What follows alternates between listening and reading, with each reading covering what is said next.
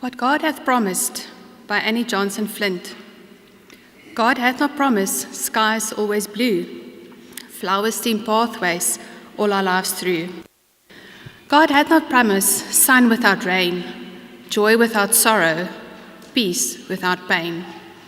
God hath not promised we shall not know toil and temptations, trouble and woe. He hath not told us we shall not bear many a burden, many a care. But God hath promised strength for the day, rest for the labourer, light for the way, grace for the trials, help from above, unfailing sympathy, undying love. Good morning, ladies. It is such an honour and a privilege to be here today. I'm humbled when I was asked to speak, and this is my very first talk at the lectureships, so it's really a big honour for me to be here. We're here to face the truth that life is tough and life can be hard. And the Bible isn't full of superheroes. It's full of ordinary people living through extraordinary pain. But through these stories, God shows that He knows, He cares, and He's present. And we're going to look at some of those characters today. God knows our waiting. If we turn to Genesis chapter 12, and I'm going to read this certain number of verses from 12 to 21 if you want to follow, or you can just listen to me reading.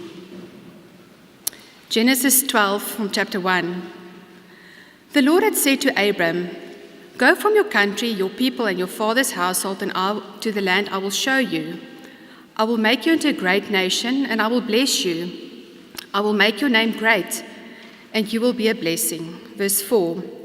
So Abram went, and the Lord had told him, and Lot went with him. Abram was 75 years old when he set out from Haran.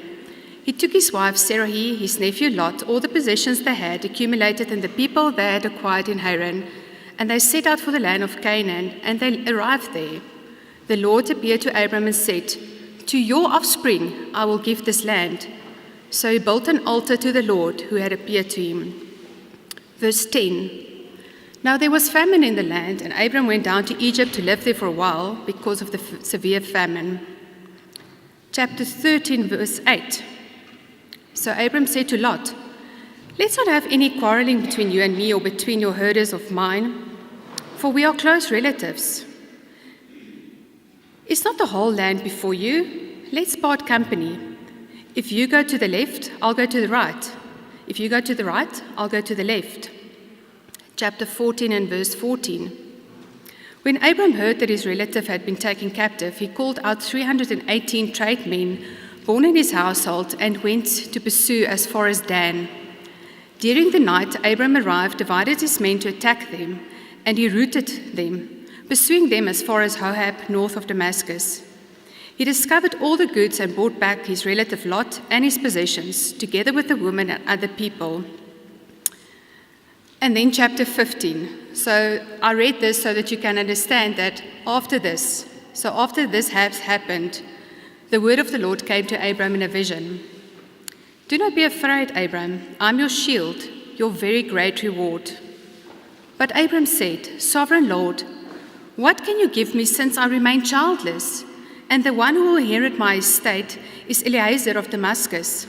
And Abram said, "You have given me no children, so a servant in my household will be my heir." Then the word of the Lord came to him, "This man will not be your heir, but a son who is your own flesh and blood will be your heir." He took him outside and said, "Look up to the sky and count the stars, if indeed you can count them." And then he said, "So shall be your offspring."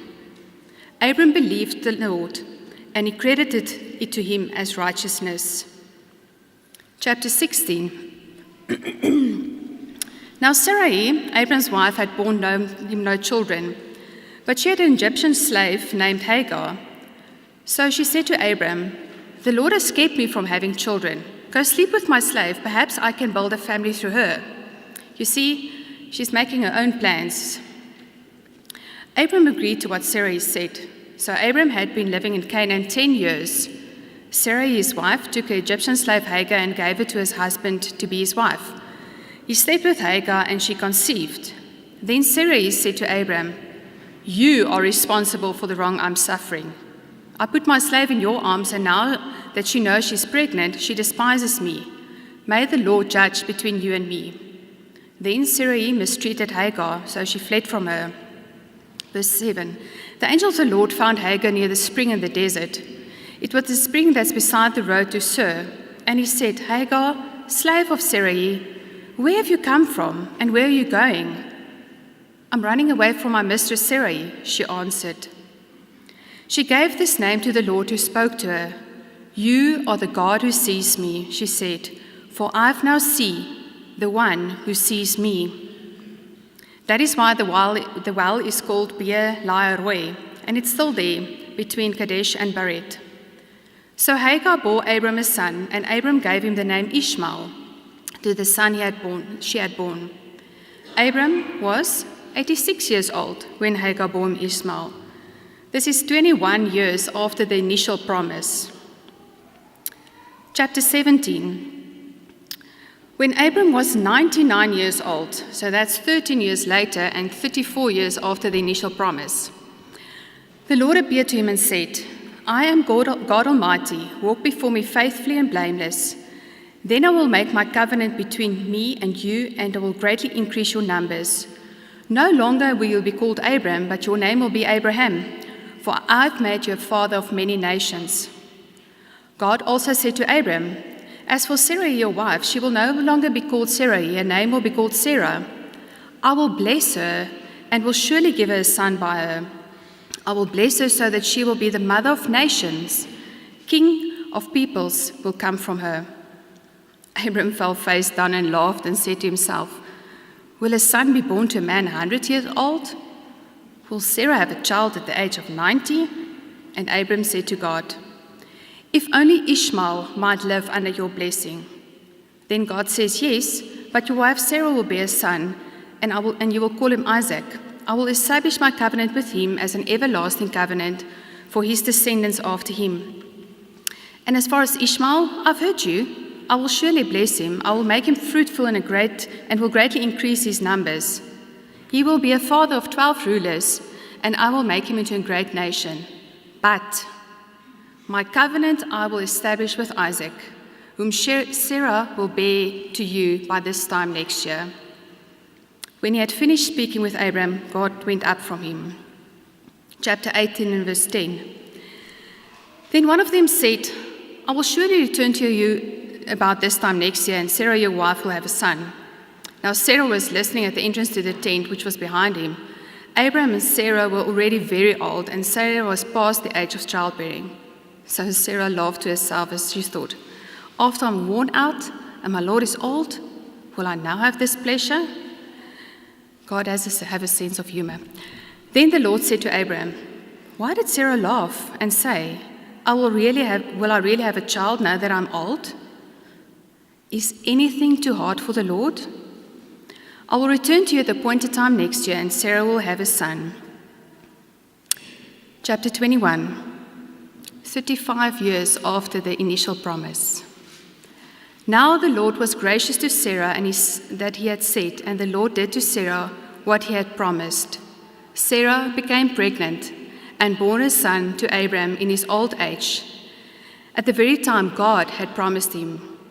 Abram gave him the name Isaac to the son Sarah bore him. When Isaac was 8 days old, Abram circumcised him as God commanded him. Abram was 100 years old when his son Isaac was born to him. Sarah said, "God has brought me laughter, and everyone who hears about this will laugh with me." And she added, "Who would have said to Abram that Sarah would nurse children? Yet I've borne to him a son in his old age." That was a lengthy piece of reading, but I wanted you to get the context. And I wanted you to hear that God made a promise to Abram 4 times over this period of time. But Sarah and Abram got tired of waiting and made their own little plan and kind of complicated things for themselves with Hagar and Ishmael coming into the picture. But that didn't derail God's plan. So in chapter 17, verse 20, we read what God says, "And as for Ishmael, I've heard you. I will surely bless him. I will make him fruitful, and I will greatly increase his number. He will be a father of 12 rulers, and I will make him into a great nation." But verse 21, "But my covenant I will establish with Isaac, whom Sarah will bear to you by this time next year." Waiting is a season of uncertainty between the promise and fulfillment. It's a test of our patience and our faith when nothing seems to be moving right. In our waiting, God has not forgotten us. His plan is still on schedule. God knows when we feel invisible, like with Hagar. He met her through the angel in the desert, close to the spring where she was sitting, and she recognized that God saw her when no one else, or when she felt no one else seen her. God knows our betrayals. Betrayed by his brothers, sold into slavery, falsely accused, thrown into prison. Joseph's life was a series of injustices. In Genesis 39, verse 2, we read that the Lord was with Joseph so that he prospered. And in Genesis 50, verse 15, when Joseph's brothers saw that their father was dead, they said, "What if Joseph hold a grudge against us and pays us back for all the wrong we did?" So they sent word to Joseph saying, "Your father left these instructions before he died. This is what you are to say to Joseph. I ask you to forgive your brothers the sins and the wrongs they have committed, treating you so badly. Now please forgive the sins of your servants and of the God of your father." When their message came to him, Joseph wept. His brothers came and threw themselves down before him. "We are your slaves," they said. But Joseph said to them, "Don't be afraid. Am I in the place of God? You intended to harm me, but God intended it for the good to accomplish what's now being done, the saving of many lives. So then don't be afraid. I will provide for you and your children." And he reassured them and spoke kindly to them. Even when people treat us unfairly, God is still with us. Even when we are betrayed by someone close to us, God can even turn their injustices into something good, serving for his plan and his purpose. God knows our fears. Esther was a young orphan and suddenly a queen in a foreign land, when her people was threatened and she was faced with a terrifying choice of facing the king. We read in Esther 4 from chapter 6. So Hatak went out to Mordecai in the open square of the city in front of the king's gate. Mordecai told him everything that had happened, including the exact amount of money Haman had promised to pay into the royal treasury for the destruction of the Jews, and also gave him a copy of the text of the edict for their annihilation, which had been published in Susa, to show Esther and to explain to her. And he told him to instruct her to go into the king's presence and to beg for mercy and plead for them, for the people.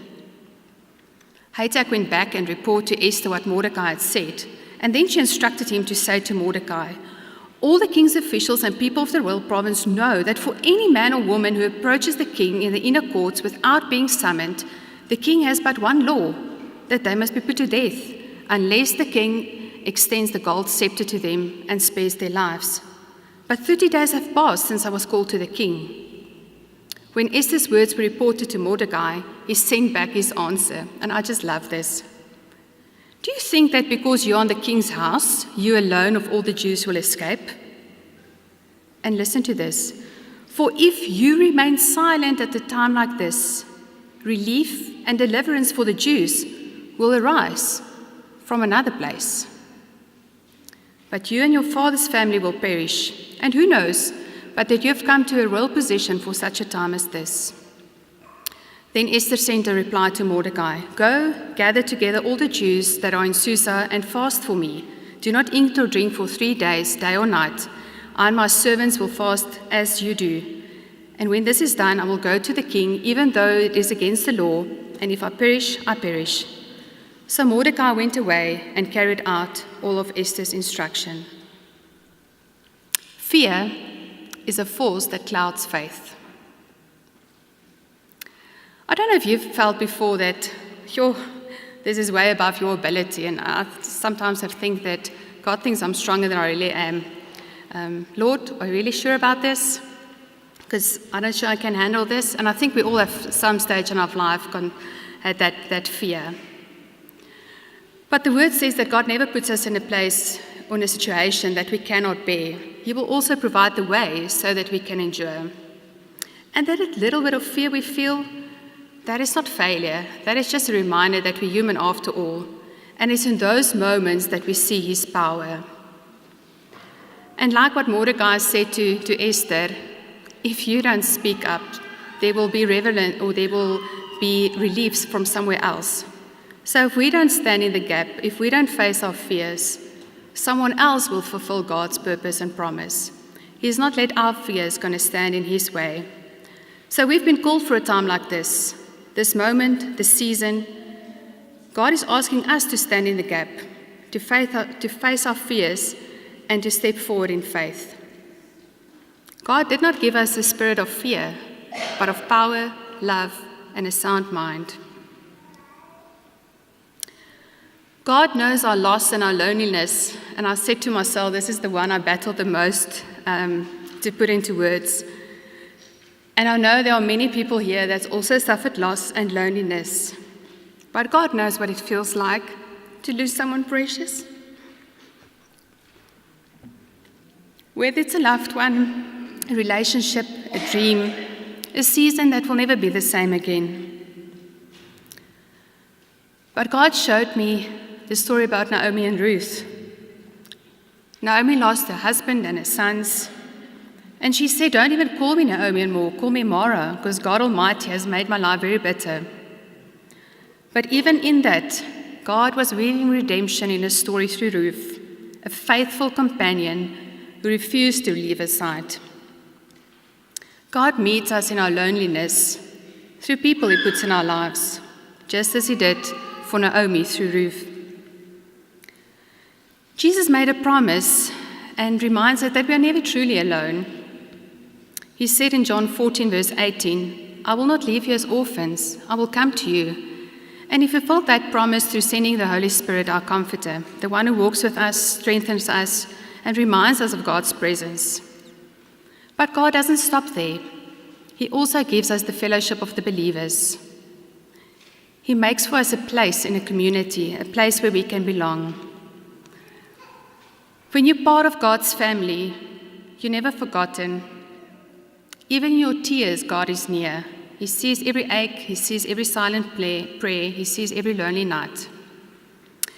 And there's a beautiful promise in Revelation 21, verse 4, which says He will wipe away every tear from their eyes. There will be no more death or mourning or crying or pain, for the old order of things has passed away. But until that time comes, He has provided us the Spirit to comfort us, and people like you ladies sitting here today to walk beside us. God knows our breaking point. Sorry, just need to take a sip of water.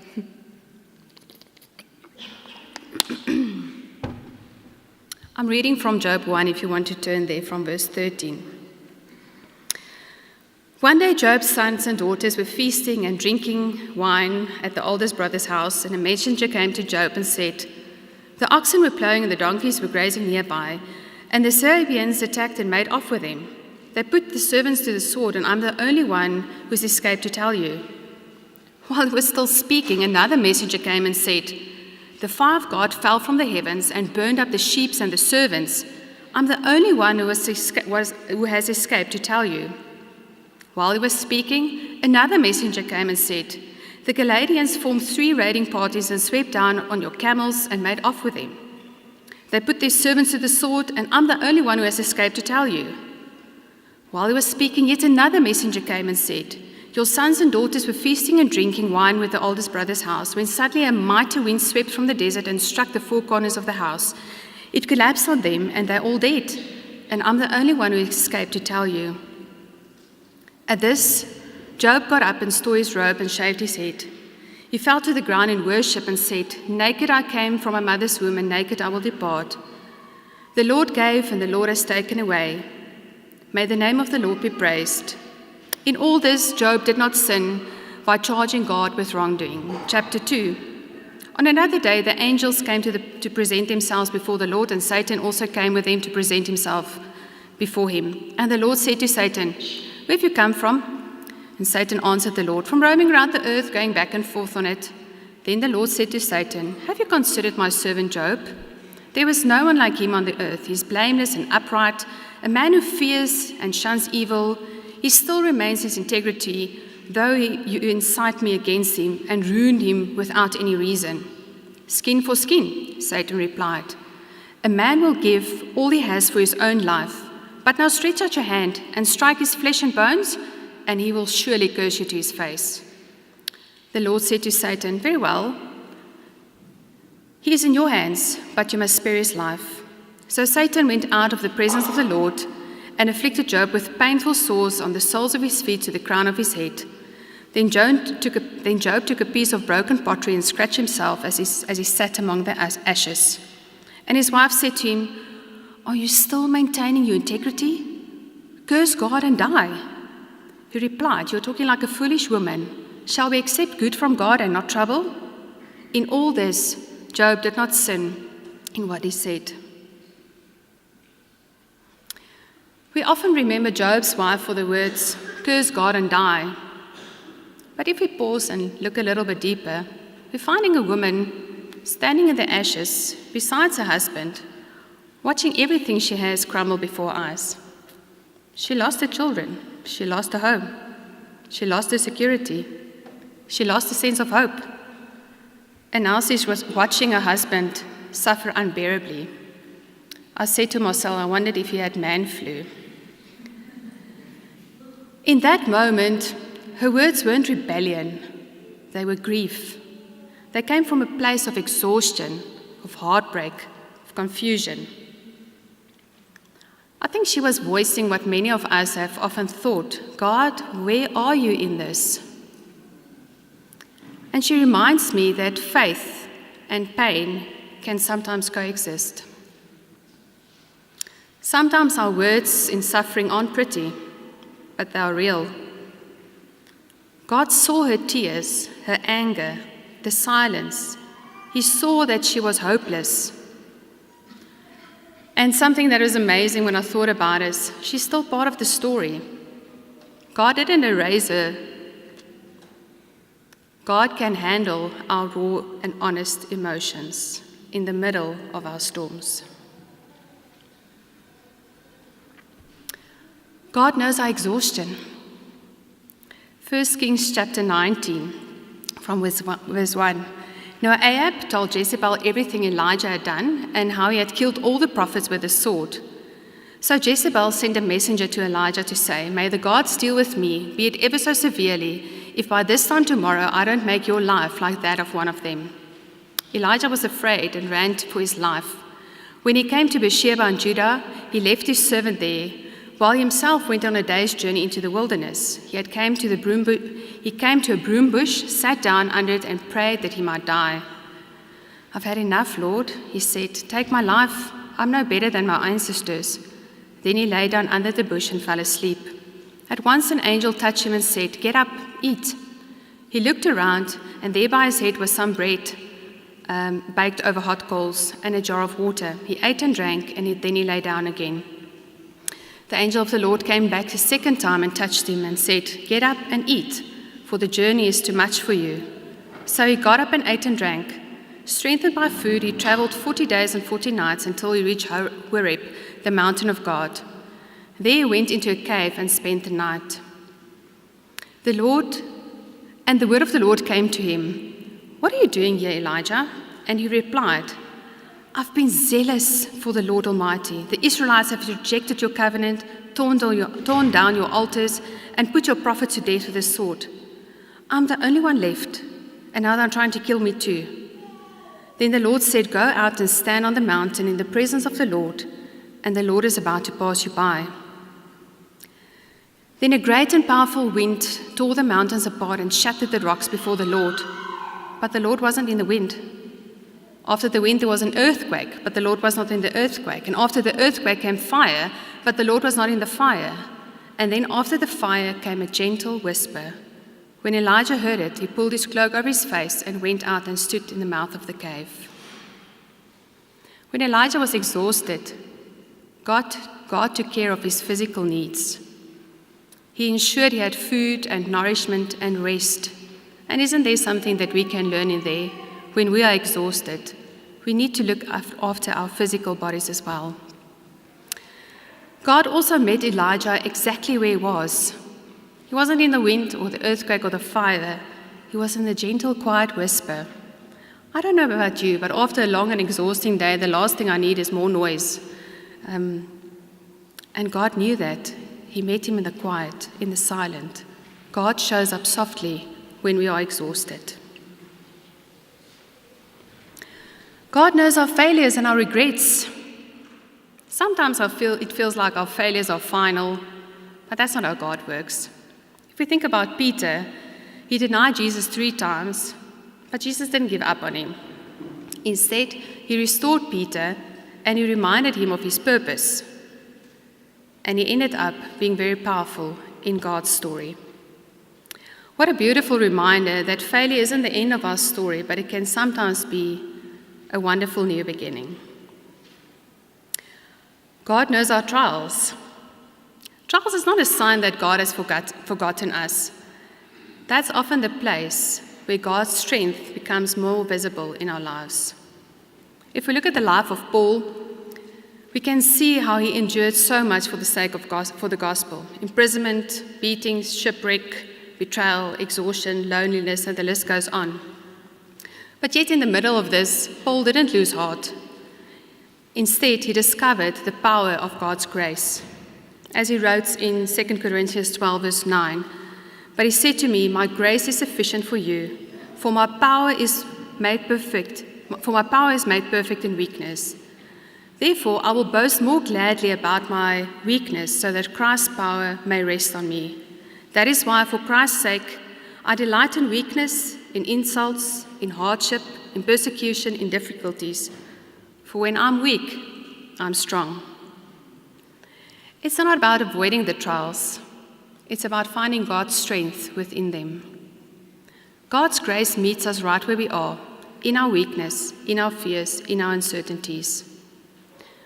When we stop trying to appear strong and lean fully on Him, that is when His power is made perfect in our weakness. God knows our suffering. There's a big difference between sympathy and empathy. Sympathy says, I feel sorry for you.